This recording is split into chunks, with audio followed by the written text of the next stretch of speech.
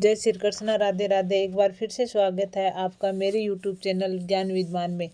तो आज साल की पहली पुत्रदा एकादशी है, तो उस पे भले कुछ मत करना, लेकिन एक चीज़ ज़रूर खा लेना जिससे चुम्बक की तरह पैसा खिंचाएगा। एकादशी हिंदू धर्म में बड़ा ही विशेष महत्व रखती है, क्योंकि एकादशी की तिथि जगत के पालनहार भगवान श्री हरि विष्णु जी को समर्पित होती है। आपको पता होगा कि प्रत्येक माह में 2 एकादशी आती है और साल में कुल 24 एकादशी तिथि पड़ती है। धार्मिक मान्यता है कि एकादशी के दिन भगवान विष्णु जी की पूजा करने से जीवन के सभी कष्ट दूर हो जाते हैं और पुण्य फलों की प्राप्ति होती है। इसके अलावा पुत्रदा एकादशी के दिन भगवान विष्णु जी और माता लक्ष्मी के साथ साथ अन्य देवी देवताओं की भी पूजा करने से घर में धन धान्य में वृद्धि होती है। 2025 की ये पहली एकादशी है, जो कि बहुत ही खास होने वाली है। पौष माह के शुक्ल पक्ष की एकादशी तिथि पर मनाई जाने वाली इस तिथि को पुत्रदा एकादशी या वैकुंठ एकादशी भी कहा जाता है। आपको बता दूं कि पौष पुत्रदा एकादशी पुत्र रत्न प्राप्ति के लिए बहुत फलदायी मानी जाती है। हिंदू कैलेंडर के अनुसार पुत्रदा एकादशी का व्रत प्रत्येक साल में 2 बार रखा जाता है। पुत्रदा एकादशी का व्रत रखकर सच्चे मन से भगवान श्री हरि विष्णु की पूजा अर्चना करने से व्यक्ति को संतान सुख की प्राप्ति होती है और संतान को लंबी उम्र का आशीर्वाद प्राप्त होता है। साथ ही इस व्रत को सही तरीके से रखने से परिवार के सभी सदस्य मानसिक और शारीरिक रूप से स्वस्थ रहते हैं। यदि व्रत को विधि पूर्वक श्रद्धा पूर्वक रखा जाए तो भगवान विष्णु और माता लक्ष्मी की कृपा हमेशा बनी रहती है। तो पुत्रदा एकादशी का व्रत पूरे विधि विधान से करना चाहिए। पंचांग के अनुसार इस बार 2025 की पौष माह की शुक्ल पक्ष की पहली एकादशी तिथि का प्रारंभ 9 जनवरी 2025 को दोपहर 12:22 पर होगा और अगले दिन 10 जनवरी 2025 को सुबह 10:19 तक रहेगा और फिर इसका समापन होगा। ऐसे में उदय तिथि के अनुसार इस बार 10 जनवरी को पौष माह की एकादशी पड़ने वाली है और पुत्रदा एकादशी का व्रत रखा जाएगा। इसके अलावा पौष मास की पुत्रदा एकादशी के पूजा के लिए शुभ मुहूर्त पौष पुत्रदा एकादशी के दिन भगवान विष्णु की पूजा के लिए शुभ मुहूर्त 10 जनवरी 12:13 से लेकर 12:55 तक रहेगा। इस शुभ मुहूर्त में पूजा करना बहुत फलदायी होता है। इसके अलावा आपको पूजा अर्चना करने का विशेष फल प्राप्त होगा। इसके लिए पौष मास की पुत्रदा एकादशी बहुत शुभ मानी जाती है, क्योंकि इस दिन पूरे दिन ब्रह्म योग का शुभ योग बन रहा है। शास्त्रों में इस शुभ योग में दान करने का भी विशेष महत्व बताया गया है। इस शुभ योग में व्रत करने से भगवान श्री हरि विष्णु और माता लक्ष्मी की विशेष कृपा प्राप्त होती है। इससे सभी मनोकामनाएं पूर्ण होगी और जातक को जीवन में शुभ फल की प्राप्ति होगी। तो इससे पुत्रदा एकादशी में शास्त्रों कुछ ऐसी चीज़ों का वर्णन किया गया है जिन चीज़ों का भोग साल की पहली पुत्रदा एकादशी पर भगवान श्री हरि विष्णु जी को लगाने और उस भोग को बाद में प्रसाद के रूप में ग्रहण करने से व्यक्ति में के अन्न धन के भंडार भरे रहते हैं और जीवन में हर कार्य में सफलता हासिल होती है। जीवन में कभी भी किसी प्रकार की समस्या नहीं आएगी। साथ ही शास्त्रों में कुछ ऐसी चीज़ों का भी वर्णन किया गया है जिन चीज़ों का सेवन भूलकर भी पहली एकादशी पर नहीं करें, नहीं तो भगवान श्री हरि विष्णु और माता लक्ष्मी आपसे नाराज हो जाएंगे और आपके जीवन में शुभ फल की जगह अशुभ परिणाम देखने को मिल सकते हैं। तो इसलिए ऐसी गलती कभी नहीं करें। साथ ही आपका भाग्य भी आपका साथ छोड़ सकता है और आपका जीवन दुर्भाग्य में बदल सकता है और आपके बने बनाए काम बिगड़ जाएंगे। ऐसे में इस वीडियो के माध्यम से मैं आप सभी को बताऊंगी कि साल की पहली पुत्रदा एकादशी भगवान श्री हरि विष्णु और माता लक्ष्मी को किन चीज़ों का भोग लगाना चाहिए और किन चीज़ों का सेवन इस दिन बिल्कुल भी नहीं करना चाहिए। तो इसके लिए वीडियो को पूरा देखना, बिल्कुल भी स्किप मत करना। अगर आप चाहते हो कि माता का आशीर्वाद आप पे बना रहे तो आप भी चैनल को लाइक और सब्सक्राइब करना और कमेंट में जय श्री हरि विष्णु या माता लक्ष्मी लिखकर ज़रूर कमेंट करना। हरि विष्णु जय माता जी लिखकर अपनी हाजिरी ज़रूर लगा देना। तो चलिए मैं बता देती हूँ कि ऐसी कौन सी चीज़ें हैं जिनका साल की पहली एकादशी पर भगवान विष्णु और माता लक्ष्मी जी को भोग लगाकर खुद उसको प्रसाद के रूप में ग्रहण कर सकते हो या उसका पूरे परिवार में उसको प्रसाद के रूप में बांट सकते हो। तो नंबर 1 शकरकंद। शकरकंद पुत्रता एकादशी पर एक आदर्श सब्जी मानी जाती है क्योंकि ये न केवल स्वादिष्ट होती है बल्कि ये सेहत के लिए भी बहुत ही लाभकारी होती है। इसे सेंधा नमक और हल्के घी में सेक कर इसको पकाकर इसको तैयार करें, फिर इसको भोग लगा सकते हैं और उस भोग को घर में प्रसाद के रूप में भी ग्रहण कर सकते हैं। अगर आपने पुत्रता एकादशी पर व्रत रखा है तो आप इसका सेवन कर सकते हैं क्योंकि व्रत के दौरान इसका सेवन करने से शरीर को पर्याप्त ऊर्जा मिलती है। इसके अलावा शकरकंद भगवान विष्णु और माता लक्ष्मी दोनों को ही प्रिय है, तो इसलिए पूजा में इसे अर्पित किया जाता है। इस सब्जी को भोग में भी अर्पित करने से भगवान विष्णु की विशेष कृपा प्राप्त होती है और व्रती को जीवन में शांति और संतोष मिलता है। नंबर 2 पालक की सब्जी। तो पालक को एक बार और ये एक प्रकार का शाकाहारी और सात्विक सब्जी मानी जाती है जिसे पुत्रता एकादशी पर भगवान विष्णु जी को अर्पित किया जा सकता है। ये शरीर को ऊर्जा प्रदान करने के साथ साथ बहुत पौष्टिक होती है। साथ ही पालक को सेंधा नमक और घी में पकाकर बनाना चाहिए। इसके अलावा इस सब्जी को बिना प्याज और लहसुन के बनाना जरूरी है क्योंकि एकादशी के दिन तामसिक खाद्य पदार्थों का सेवन वर्जित होता है।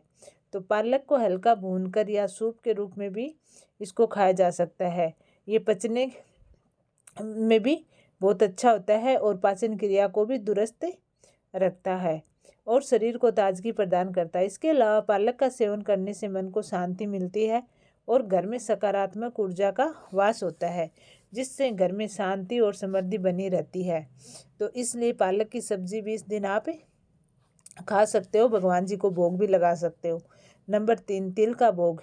साल की पहली पुत्रता एकादशी के दिन भगवान श्री हरि विष्णु जी को तिल का भोग अर्पित करना बहुत शुभ माना जाता है। आपको बता दें कि तिल को पवित्रता और सकारात्मक ऊर्जा का प्रतीक माना जाता है। ऐसे में इस दिन तिल के लड्डू, तिल की खीर या तिल से बने तिलकुट्टे से जो भी व्यंजन बनता है वो भगवान हरि विष्णु जी और माता लक्ष्मी जी को अर्पित करें क्योंकि तिल के उपयोग से पूजा में पवित्रता बढ़ती है और ये भगवान विष्णु जी को बहुत ही पसंद है। इसलिए अगर साधक विशेष कृपा भगवान जी की प्राप्त करना चाहता है तो तिल का भोग जरूर लगाएं। व्रती को पापों से मुक्ति मिलती है और संतान को सुख का आशीर्वाद प्राप्त होता है। इससे जीवन में शुभ परिणाम देखने को मिलते हैं, तो इसलिए भगवान जी को तिल का भोग भी लगा सकते हैं। नंबर 4 गुड़ का भोग। पुत्रता एकादशी के दिन भगवान विष्णु को गुड़ का भोग लगाना बहुत शुभ और फलदायी माना जाता है। ऐसे में गुड़ से बने व्यंजन जैसे कि गुड़ की खीर, लड्डू, पंजीरी तो भगवान विष्णु जी को अर्पित करें क्योंकि गुड़ को स्वास्थ्य और मिठास का प्रतीक माना जाता है। हर शुभ कार्य में गुड़ को काम में लिया जाता है, तो इसके लिए भगवान जी के भोग में भी गुड़ को शामिल करें। इससे क्या है कि सकारात्मक ऊर्जा का संचार होगा और साथ ही गुड़ का भोग लगाने से भगवान विष्णु जी बहुत प्रसन्न होते हैं और परिवार में सुख समृद्धि बनी रहती है और जातक पर भगवान विष्णु जी का आशीर्वाद बना रहता है। कोई भी रुके कार्य बिना अड़चन के पूर्ण हो जाते हैं और साधक को हर एक कार्य में सफलता प्राप्त होती है। दूध से बने व्यंजन। पुत्रता एकादशी के दिन भगवान विष्णु जी और माता लक्ष्मी जी को दूध और दूध से बनी चीज़ें अर्पित करें या उनको दूध या दूध से बनी चीज़ों का ही भोग लगाएं। दूध को पवित्रता का प्रतीक माना जाता है और इसे भगवान विष्णु जी के प्रिय भोगों में माना जाता है। ऐसे में इस दिन दूध से बनी खीर, दूध से पके हुए मखाने या दूध से बनी कोई भी मिठाई आप भगवान विष्णु जी को इसका भोग लगा सकते हैं और उसके बाद प्रसाद के रूप में इसको ग्रहण कर सकते हैं, क्योंकि इससे बने व्यंजन शुद्धता और सात्विकता का विशेष रूप से ध्यान रखना है। तो इसके साथ ही भोग लगाते समय विष्णु जी का ध्यान करते हुए मंत्रों का उच्चारण करना चाहिए और दूध से बने भोग भगवान जी को लगाने चाहिए, जिससे भगवान जी बहुत प्रसन्न होते हैं और अपनी असीम कृपा जातक पे बरसाते हैं। नंबर 6, तुलसी दल। हिंदू धर्म में तुलसी को पौधे को बहुत पवित्र माना जाता है और भगवान विष्णु की पूजा में तुलसी का विशेष महत्व है, क्योंकि भगवान श्री हरि विष्णु जी को तुलसी बहुत प्रिय थी। ऐसे में पुत्रता एकादशी के दिन किसी भी भोग में तुलसी दल अर्पित करना बहुत जरूरी है। ऐसा माना जाता है कि तुलसी के बिना भगवान विष्णु जी का भोग अधूरा होता है। तुलसी भगवान विष्णु जी को अत्यंत प्रिय है। ऐसे में तुलसी के बिना भगवान विष्णु जी का भोग नहीं लगाए नहीं तो वो भोग पूर्ण नहीं माना जाता है। आप जो भी खीर, मिठाई या कोई भी सात्विक भोग अर्पित करें तो उसमें तुलसी का पत्ता अवश्य रखें। इससे भोग में रखने से भगवान विष्णु जी की शीघ्र प्रसन्न हो जाते हैं और साथ ही तुलसी को शुद्ध जल से धोकर भोग में सम्मिलित करें।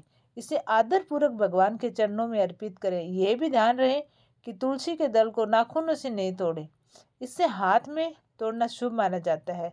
और एकादशी के दिन तो बिल्कुल भी नहीं तोड़ें। शाम के टाइम एकादशी के पहले दिन आप पत्तों को तोड़ के रखें और वही भगवान विष्णु जी को अर्पित करें। एकादशी के दिन तुलसी जी को हाथ नहीं लगाएं, नहीं उसमें पानी डालें, इस बात का विशेष ध्यान रखें। पंचामृत का हिंदू धर्म में बड़ा ही विशेष महत्व माना जाता है। पुत्रता एकादशी पर भगवान विष्णु को पंचामृत का भोग लगाना अत्यंत शुभ माना जाता है, क्योंकि पंचामृत 5 पवित्र सामग्रियों से मिलकर बनता है, जैसे कि दूध, दही, घी, शहद और चीनी। ये मिश्रण शुद्धता और पवित्रता का प्रतीक माना जाता है। साथ ही पंचामृत तैयार करते समय इसमें शुद्ध बर्तनों में मिलाएं और भगवान के चरणों में अर्पित करें। इसके अलावा भगवान को पंचामृत अर्पित करते समय तुलसी का पत्ता नहीं डालें, क्योंकि इससे तुलसी का पत्ता जरूर डालें, भूल नहीं जाएं, क्योंकि इससे इसकी पवित्रता और बढ़ जाएगी। और फिर पंचामृत को पूजा के बाद प्रसाद के रूप में ग्रहण करें और इससे परिवार के सदस्यों के बीच वितरण करें। ऐसा करने से घर में सकारात्मक ऊर्जा बनी रहती है और जीवन में सुख समृद्धि में वृद्धि होती है। फल। भगवान विष्णु जी को पुत्रता एकादशी व्रत में फल अर्पित करना बहुत शुभ माना जाता है। इस दिन पूजा में ताजे और शुद्ध फलों का उपयोग करना चाहिए। पुत्रता एकादशी पर केला, सेब, नारियल, अंगूर या अनार जैसे फलों का भोग अर्पित करें। इन फलों को साफ और शुद्ध जल से धोकर भगवान के चरणों में समर्पित करें। पूजा में फल अर्पित करने का बहुत ही विशेष महत्व है। ये सात्विक और पवित्रता को दर्शाता है। साथ ही व्रती को फलों का प्रसाद ग्रहण करना चाहिए, क्योंकि यह शरीर को ऊर्जा प्रदान करता है और व्रत का पालन करने में मदद करता है। फलों को भगवान को अर्पित करते समय ध्यान रहे कि वे खराब नहीं हो। और ये वो चीज़ें थी जिनका हमें पुत्रता एकादशी पर भगवान श्री हरि विष्णु जी को भोग लगा सकते हैं और खुद भी इनका सेवन कर सकते हैं।